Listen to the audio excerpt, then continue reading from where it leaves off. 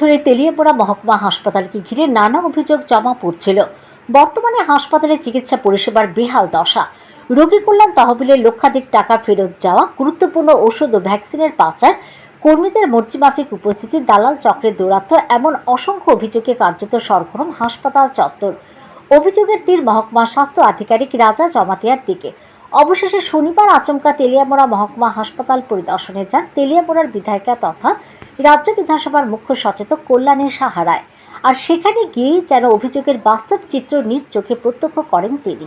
পরিদর্শনের সময় দেখা যায় হাসপাতালের ওটির দায়িত্বপ্রাপ্ত চিকিৎসক সমীর দেববর্মা সহ একাধিক কর্মী কোনো প্রকার অনুমতি ছাড়াই কর্মস্থলে অনুপস্থিত। হাসপাতালের বিভিন্ন বিভাগে শৃঙ্খলার চরম অভাব ও প্রশাসনিক ব্যর্থতার চিত্র স্পষ্ট হয়ে ওঠে।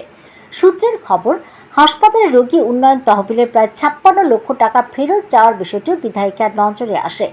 পাশাপাশি গুরুত্বপূর্ণ ঔষধ ও ভ্যাকসিন পাচার অভিযোগ নিয়েও তিনি প্রশ্ন তোলেন। এই সমস্ত অভিযোগের বিষয়ে মহকুমা স্বাস্থ্য আধিকারিক রাজা জমাতিয়ার কাছে ব্যাখ্যা চাইলে তিনি কোনো সন্তোষজনক উত্তর দিতে পারেননি বলে অভিযোগ।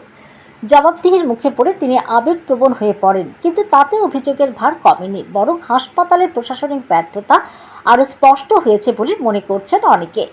এদিন সংবাদ মাধ্যমের সামনে বিধায়িকা কল্যাণী সাহা রায় স্বীকার করেন, তেলিয়ামুড়া মহকুমা হাসপাতালে কার্যত নৈরাজ্য চলছে। হাসপাতালের এলডিসি প্রশান্ত সিনহা, চিকিৎসক সমীর দেববর্মা সহ একাধিক কর্মীর খামখেয়ালি উপস্থিতি নিয়ে তিনি তীব্র অসন্তোষ প্রকাশ করেন। হাসপাতালের অব্যবস্থাটা নিয়ে একটা আলোচনা চলছে। পাশাপাশি পেশেন্টরা আমার কাছে সরাসরি আসেন, কারণ পেশেন্টের কাছে এমএলএ থেকে দিদি বেশি। এটা দুঃখের কথা বলেন।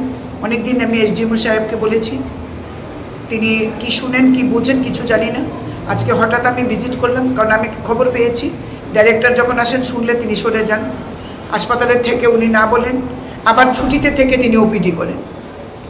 অনেক অব্যবস্থা, অরাজকতা চলছে হাসপাতালে। অভিভাবক শূন্য, মানুষের কষ্ট, মানুষের ভোগান্তি, এই বিষয়গুলো সরজমিনে দেখার জন্য আমি এসেছি। এসে দেখি ডক্টর সমীর দেববর্মা অনুপস্থিত, without any application, without any notice.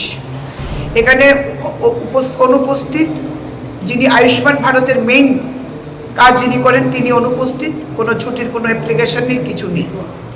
এরকমভাবে প্রত্যেকটি ব্যাপারে আমি এসডিএমওকে প্রশ্ন করায় তিনি কোনো সদুত্তর দিতে পারেননি।